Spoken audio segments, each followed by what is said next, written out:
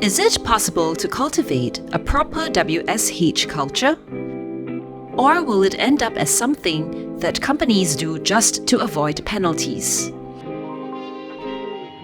Now that we have discussed the 4 national strategic outcomes of WSH CultureSAFE, how do we use it to convince people in our workplace that it is important to establish it in our company? First, let's try to identify possible differences in the views of adopting the WSH culture. Shall we take a look at the areas to close the gap? What could be the possible cause of the gap? Can you help to identify it?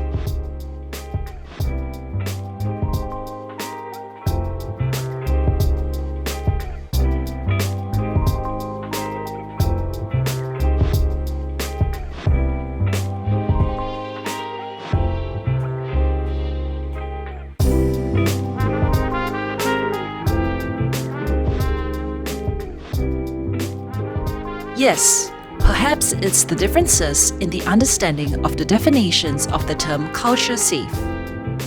CultureSAFE is an initiative launched by the Workplace Safety and Health Council to aid companies to move from having a reactive to having a proactive approach to work safety and health. It is not about merely complying with rules and regulations.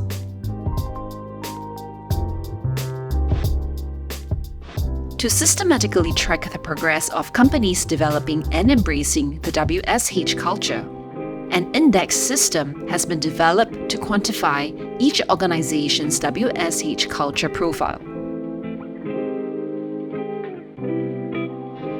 The 5 levels of culture maturity represents the strengths and gaps of each organization's WSH culture and serves as a basis for the organization's continual improvement process. Index 5 exemplary is given to an organization where WSH is truly internalized by all company personnel. The WSH practices are exemplary in that it forms a non-negotiable value for both internal and external stakeholders. Index 4 progressive is given when WSH ownership is being established across all levels of the company and is seen as part and parcel of daily work.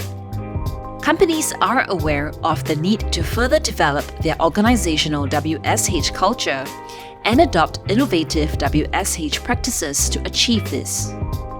However, there is still a small minority in the company who has not embraced the same values.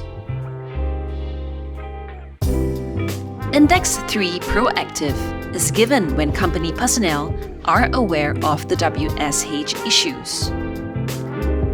The WSH practices are self-sustaining and driven by these individuals. But the main shortfall of this level of WSH maturity is that the company personnel still do not see WSH as an integral part of their work and thus do not take full ownership. For Index 2 participative level, employees are involved and participate in the various WSH initiatives as driven by the top management. Employees know that WSH is important to their work and take steps to ensure that WSH initiatives are followed. However, they do not take the initiative to handle new WSH issues other than those stated and practiced by the company. The bottom level is Index 1 reactive, which is when the top management is mainly in charge and driving the WSH implementation in a reactive mode. Employees are less involved and concerned with WSH issues, and they are more likely to do the minimum required of WSH initiatives. Furthermore, the WSH practices may not comply with the WSH legislation.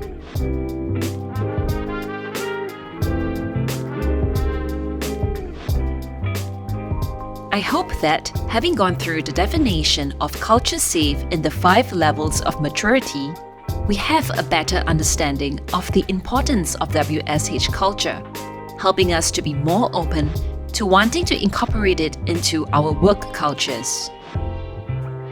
Strong safety culture can help enhance effectiveness of health and safety programs and encompasses the following: health and safety as core value, strong leadership, establish and enforce high standards of performance, and remain vigilant to potential safety and health issues so as to avoid being complacent.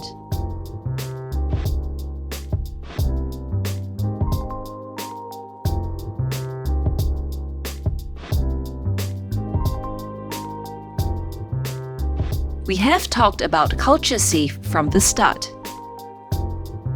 Can you spend some time to think about what methods can be used to measure and categorize WSH culture?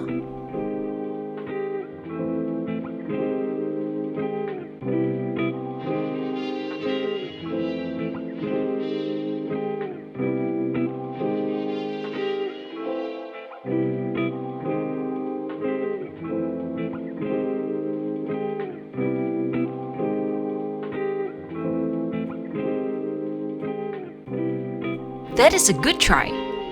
We will now go through it together. There are 7 different methods to measure WSH culture. Safety audit, projective techniques, repertory grid analysis, documentary analysis, system methodology, questionnaires and surveys, interviews and focus groups.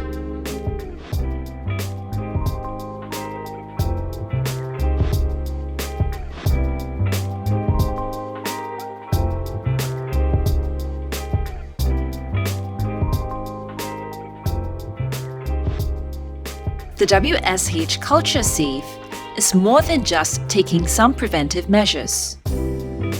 In order for the WSH culture to take root, it is important that we embrace it fully instead of just blindly following some recommendations. I understand there are competing priorities, such as operational targets and deadlines set by the management. That is why it's important to take it one step at a time and start by looking at the positive characteristics of WSH CultureSAFE.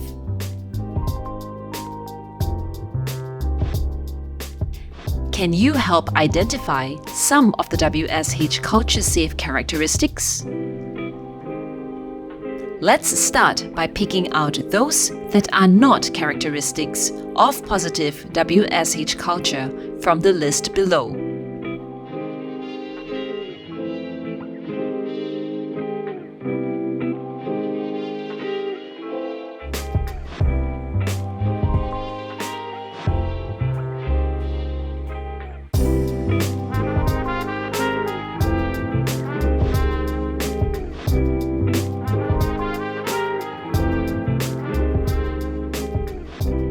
If your answer is 1, 4, and 5, you are spot on. Well done!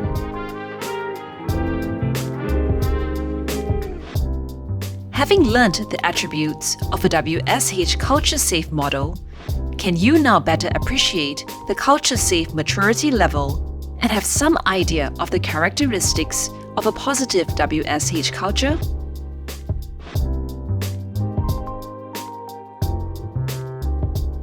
I am sure this knowledge will better equip you to help develop this culture at your workplace.